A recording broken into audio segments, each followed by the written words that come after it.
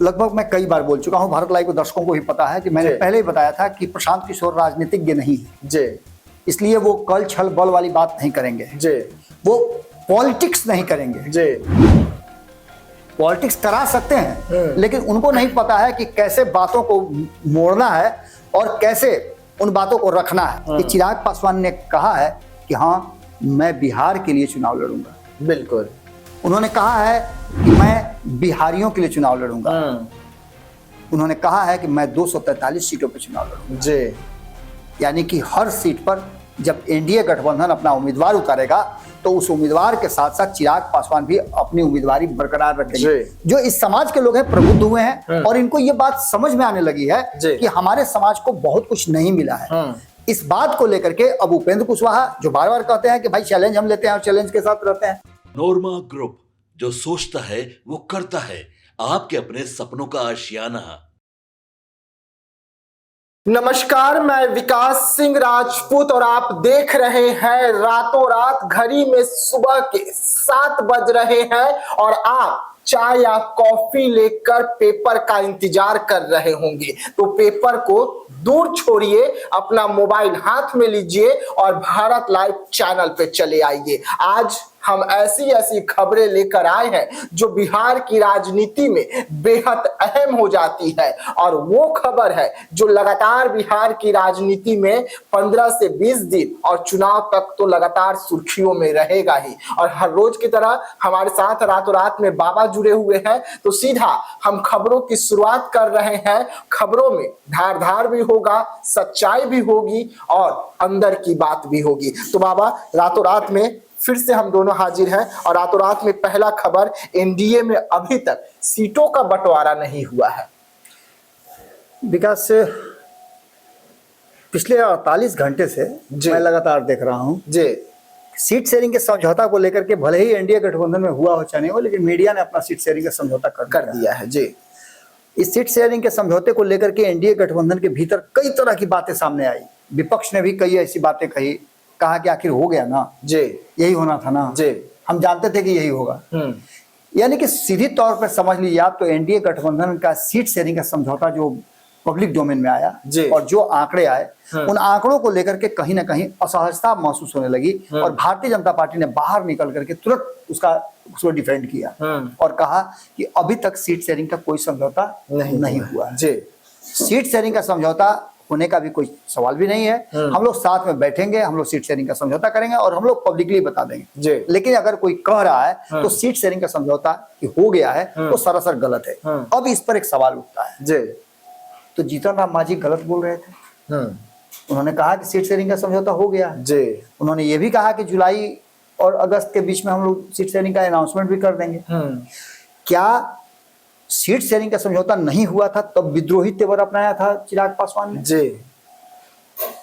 क्या उपेंद्र कुशवाहा ने seat sharing का समझौता होने के बाद उन्हें 6 सीटें मिली थी, उसके बाद भी विद्रोही तेवर अपनाया था? क्या प्रधानमंत्री ने इसी विद्रोह के चलते उनका नाम नहीं लिया था? ये सारे सवाल कहीं ना कहीं अपना प्रश्न का उत्तर खोज रहे हैं, लेकिन कोई भी उत्तर देने के लिए तैयार नहीं है। एक शब्द में भारतीय जनता पार्टी ने क्लोज कर दिया कि सीट शेयरिंग का समझौता अभी नहीं हुआ है। That's all. यानी कि अब आप एक बात समझ लीजिए, आप कयासों के बाजार में घूमते रहिए।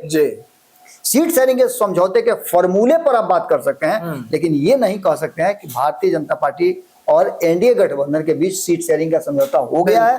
वो एक आंकड़ा है, एक कयास है और हो सकता है कि वो कयास सही हो। जैसे संपादक नमन मिश्रा जी ने सीट शेयरिंग का जो आंकड़ा बताया है वो आंकड़ा बिल्कुल सटीक बैठता है। मैंने भी आंकड़ा बताया था कि 122 और 121 का आंकड़ा होगा। नीतीश कुमार सीधे तौर पे भारतीय जनता पार्टी को कह रहे हैं कि आप चिराग पासवान को सीट दे दीजिए अपने खाते से और मैं इन दोनों को दे देता हूँ।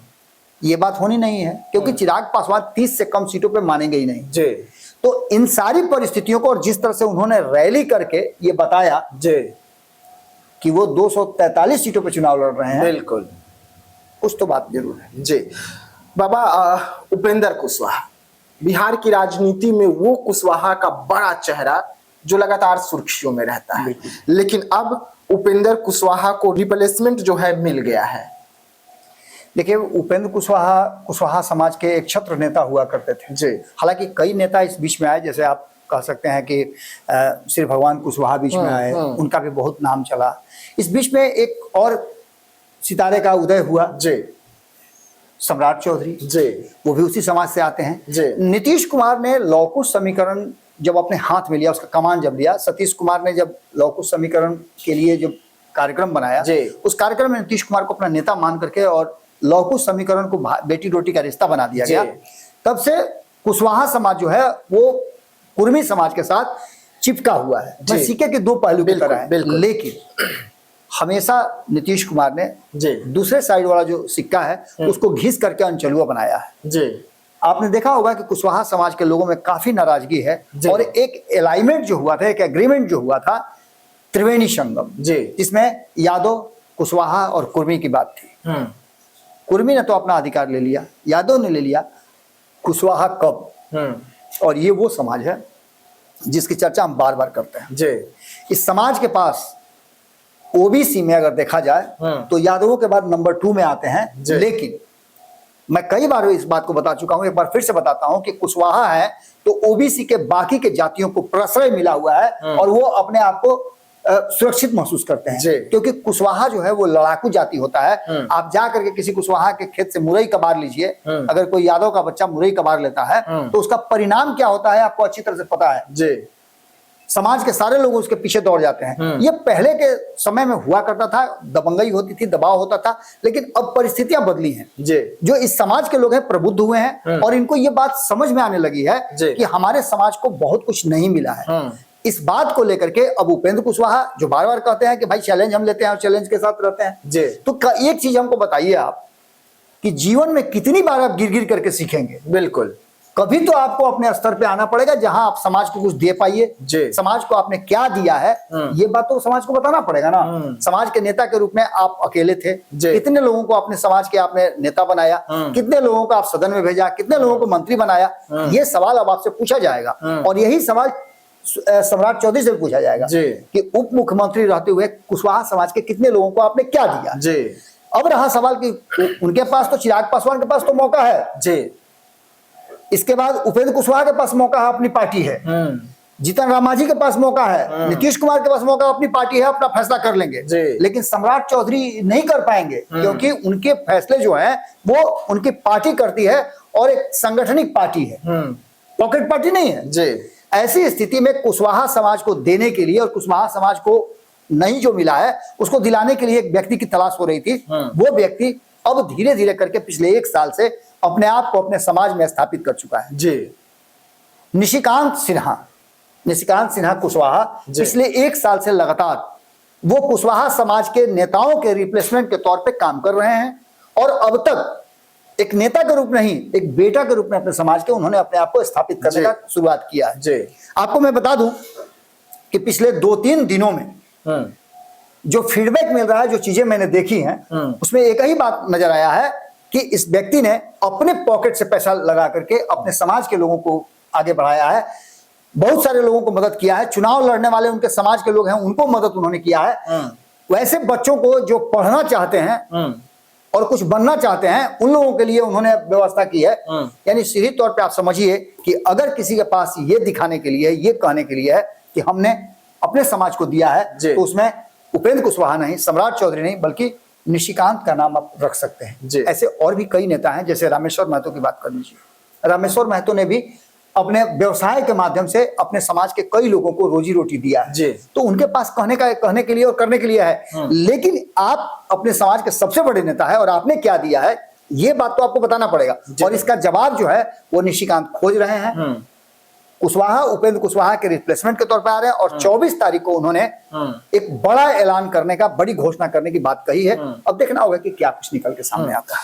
बाबा, अगली खबर बेहद बड़ी है, केंद्रीय मंत्री चिराग पासवान से जुड़ी हुई है। केंद्रीय मंत्री चिराग पासवान ने विधानसभा चुनाव लड़ने को लेकर ऐलान कर दिया है। जिस कार्यक्रम की आप चर्चा कर रहे हैं और जहां ये घोषणा हुई है वहां आप मौजूद थे। लेकिन इस घोषणा को देखने के लिए आपको वो जो चश्मा है ना उसको हटा करके सीधी आंख से देखना पड़ेगा। और जब सीधी आंख से आप देखिएगा तो आपको सीधा नजर आएगा कि चिराग पासवान ने कहा है कि हाँ मैं बिहार के लिए चुनाव लड़ूंगा। बिल्कुल, उन्होंने कहा है कि मैं बिहारियों के लिए चुनाव लड़ूंगा। उन्होंने कहा है कि मैं 243 सीटों पर चुनाव लड़ूंगा। जी।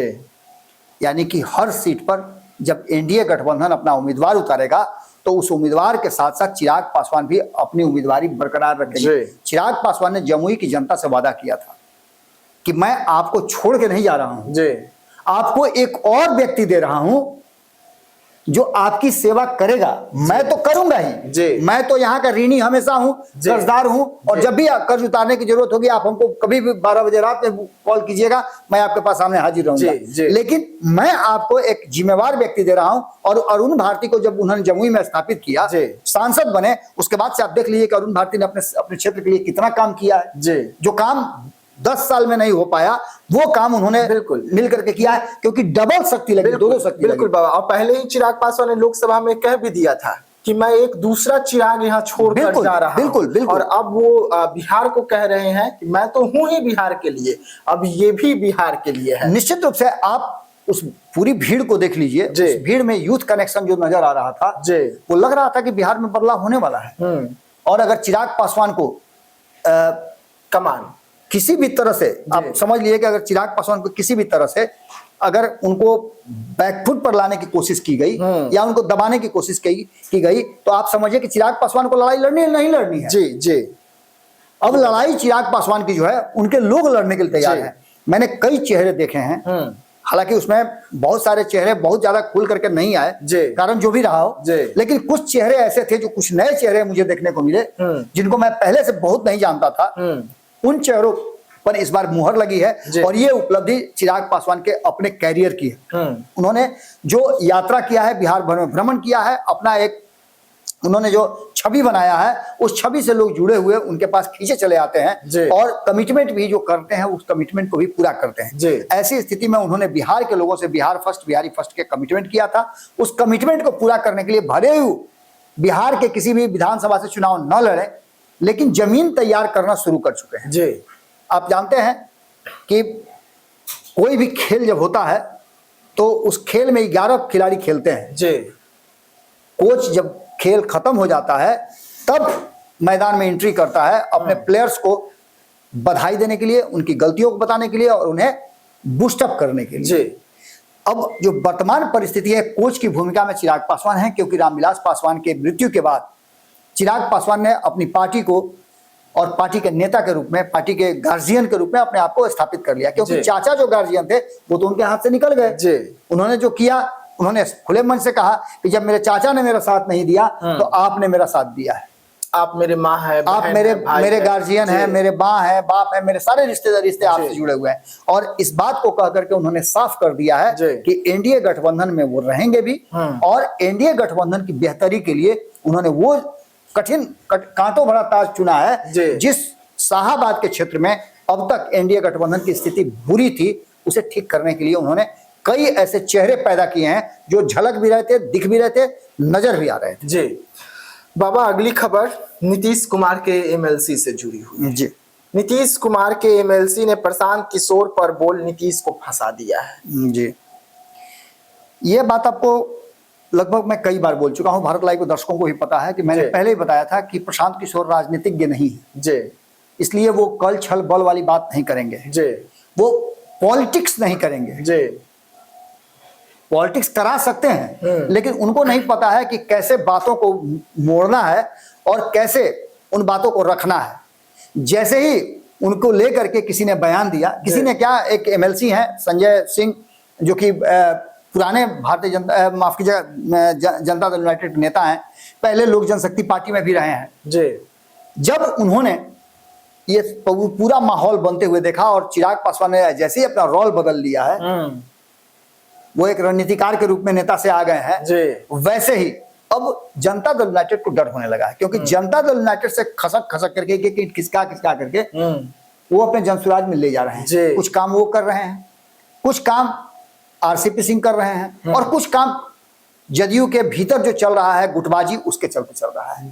जदयू लाख कहले कि मेरे अंदर में कुछ भी नहीं चल रहा है, गुटबाजी नहीं चल रही है, लेकिन नीतीश कुमार के थोड़ा सा अपने आप को संकुचित करने से, जो सहजता नीतीश कुमार में थी, जिस तरह से वो अपनी पार्टी का एक एक चीज कमांड पर रखते थे, अब कई लोगों के माध्यम से उनको कमांड मिलता है, कई लोग उनके बदले में उनका एक्ट करते हैं। इसको लेकर के ऐसा लगा होगा संजय सिंह को कि अगर वो प्रशांत किशोर के बारे में कुछ कहेंगे, प्रशांत किशोर को थोड़ा सा डाउन करेंगे तो उनका ग्राफ थोड़ा बढ़ेगा। तो हो सकता है कि उस लॉबी में वो भी आ जाए, भूंजा पार्टी जिसकी बात करते हैं आरसीपी सिंह। लेकिन संजय सिंह का ये दाव बड़ा ही उल्टा पड़ गया। संजय सिंह का दाव इतना उल्टा पड़ गया कि प्रशांत किशोर ने संजय सिंह को, और जब जैसे ही उनसे पत्रकारों ने सवाल पूछा कि आपके बारे में संजय सिंह ऐसा ऐसा कह रहे थे कि आप नीतीश कुमार से अलग इसलिए हुए कि आप नीतीश कुमार से उप मुख्यमंत्री की कुर्सी मांगते। उन्होंने कहा कि जिस मकान में, जिस सीएम हाउस में शिवा वहां से मैं रहता था, वहां किसी को इजाजत थी क्या जाने की? वो वहीं बैठे थे क्या? जिस समय ये बात हो रहा था उस समय वो बैठे हुए थे क्या? उनको इजाजत है वहां घुसने का? जाते हैं तो किसी के माध्यम से घुस करके जाते हैं। बहुत सारी बातें उन्होंने कही और ये दाव कहीं ना कहीं उल्टा पड़ा। और इससे एक बात तो सीधे तौर पे हो गया कि इससे फंस गए नीतीश कुमार। क्योंकि ये हमला प्रशांत किशोर ने जब किया तो प्रशांत किशोर ने नीतीश कुमार पर इधर हमला करना बंद कर दिया था। लेकिन अचानक से संजय सिंह ने उस्काया और सीधे तौर पे प्रशांत किशोर ने नीतीश कुमार को भी कटघरे में खड़ा कर दिया, घेरे में ले लिया। और ये आप मान के चलिएगा कि प्रशांत किशोर से आप मुंह लगिएगा तो फिर प्रशांत किशोर किस तरह से मुंहफट है सबको पता है।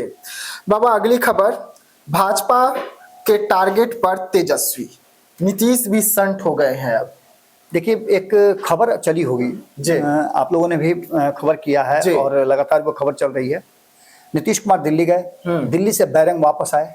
पूरी कहानी हमने बताई थी। यहाँ से लेकर के गए थे किसी और को, वहां किसी ने और ने हैक कर लिया और ये पूरी कहानी इस तरह की शिफ्ट हो गई कि क्या नीतीश कुमार असहज हैं, क्या नाराज हैं, क्या वो एनडीए गठबंधन में सीट शेयरिंग का फॉर्मूला जो आ रहा है उसको लेकर के काफी परेशान है क्या? इन सभी बातों को लेकर के नीतीश कुमार कोई भी बड़ा फैसला ले सकते हैं। तो ये बात कही जा रही थी कि वो तेजस्वी यादव की तरफ कहीं स्विच तो नहीं करेंगे, लेकिन वहां एक अलग हर्डल लगा हुआ है।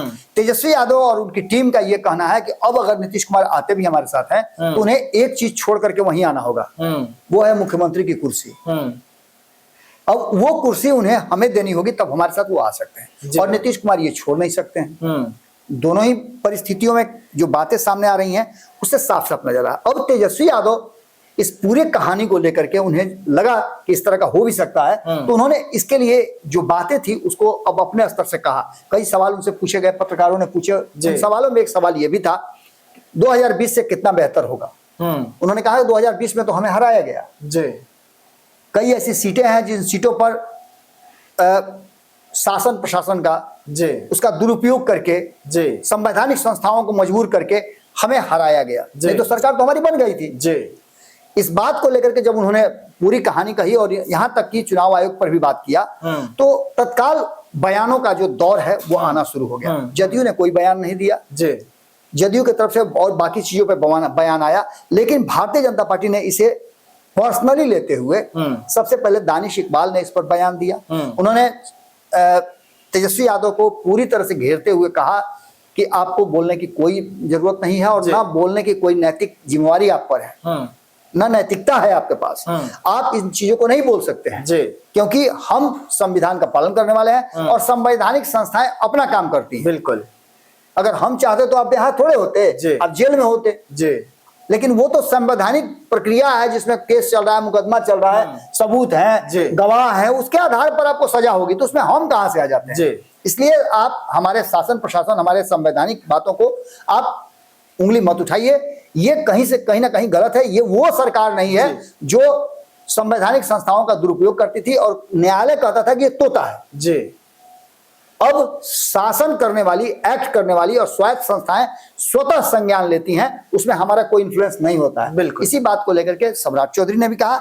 और ऐसी स्थिति में अब ये बात समझ में आ रही है कि अगर, मैंने एक खबर और किया था जिसमें मैंने ये बात कल ही कही थी कि अगर तेजस्वी यादव इससे आगे बढ़ते हैं तो अगर इन संस्थाओं को वास्तव में भारतीय जनता पार्टी अपने लिए प्रयोग करती है या उन पर दबाव बनाती है, उनसे एक्ट कराती है, तो तेजस्वी यादव के लिए बहुत खतरनाक परिस्थिति उत्पन्न हो गई है। कहीं ना कहीं अब भारतीय जनता पार्टी के टारगेट पर तेजस्वी यादव हैं और अगर इस तरह का एक्ट करेंगे और इन संस्थाओं पर भारतीय जनता पार्टी का हुक्म चलता है तो तेजस्वी यादव के लिए मुश्किल बड़ी घड़ी होगी। लेकिन नीतीश कुमार के लिए भी मुश्किल घड़ी होगी। निश्चित रूप से देखिए, नीतीश कुमार के पास वो चीजें नहीं है जो तेजस्वी यादव के पास है। जी। नीतीश कुमार कम से कम पाक साफ तो है जी। लेकिन तेजस्वी यादव पर कई तरह के आरोप है। यहाँ तक कि आपको पता होगा कि राष्ट्रपति ने भी आदेश दे दिया है उन पर केस चलाने के लिए, और उसकी मंजूरी भी दे दी है कि आप कोर्ट अपना संज्ञान ले। तो ये परिस्थितियां हैं।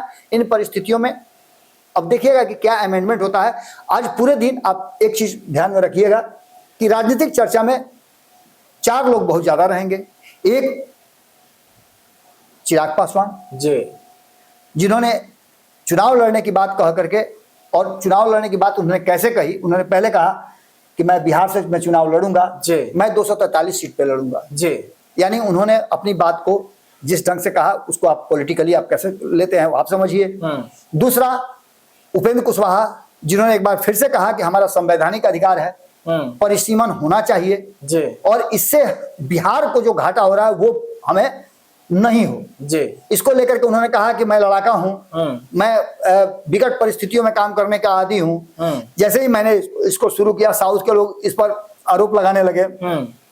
तो ये सारी बातें कह करके उन्होंने भी कहीं ना कहीं एक रास्ता अपने लिए अपनाया है। तीसरी चर्चा प्रशांत किशोर की होगी, क्योंकि प्रशांत किशोर जब से पॉलिटिशियन से पॉलिटिकल गुरु के रूप में आए हैं, जी, राजनीतिक रणनीतिकार के रूप में आए हैं, तब से उनका रोल भी बदला है और उनसे लोगों का कनेक्शन भी बढ़ा है। जी। आपने देखा भी होगा कि अब भीड़ फिर भी उनके साथ जुड़ने शुरू हो गई है। गांधी मैदान वाली हाल नहीं है। जी। इसके अलावा एक शख्सी चर्चा और हो रही है, निशिकांत सिन्हा की। निशिकांत सिन्हा 24 तारीख को क्या फैसला लेने वाले हैं। बापू सभागार में उन्होंने जनसभा बुलाई है। उस जनसभा में जो मेरी जानकारी है, मेरी बात तो नहीं हुई है, लेकिन मेरी जानकारी ये है कि निशिकांत सिन्हा ने कई दलों को अपने साथ जोड़ने की बात की है और उन्होंने कहा है कि हमारे लोग जो हैं, हमारे संगठन के लोग हैं, वो अब फैसला करेंगे कि हमें अपने समाज के लिए क्या करना है, और अपने समाज के साथ साथ वो सभी लोग जो हमारी तरफ देख रहे हैं कि हम उनको सपोर्ट करें, हमारे सपोर्ट से वो अब तक खड़े रहे हैं या आगे बढ़ते रहे हैं, वो लोग भी हमारी तरफ देख रहे हैं। तो एक जो महत्वपूर्ण बात है ये भी है, और ये निश्चित रूप से चर्चा का विषय रहेगा। देखिएगा 24 तारीख में बहुत समय तो है नहीं, कुछ ना कुछ बिहार की राजनीति में विशेष होने वाला है। चलिए, तो रातों रात देख रहे थे आप, जहां पर हम आपको ऐसी खबर बता रहे थे जो लगातार बिहार की राजनीति में सुर्खियां बनी हुई रहेगी। और वादे के अनुसार हम हर रोज इसी तरीके से सुबह 7 बजे आपके लिए खबरों को लेकर आते रहेंगे। तो आप बने रहिएगा हमारे साथ, दीजिएगा इजाजत। धन्यवाद। वीडियो पसंद आई और वह बिहार के राजनीति और बिहारियत से सरोकार रखेनी तो सब्सक्राइब बटन दबा के चैनल के सब्सक्राइब कर ली। ओजे एगो घंटी बा, ओकरा बटन दबा देला से कुल सटीक और मारक खबर रुआ मुफ्त में मिल जाई। अगर रुआ पत्रकारिता के हमनी के नया प्रयोग में सहयोग कर चाहतानी तो ज्वाइन बटन दबा दी। पेटीएम नंबर नोट कर ली 9386816700। धन्यवाद।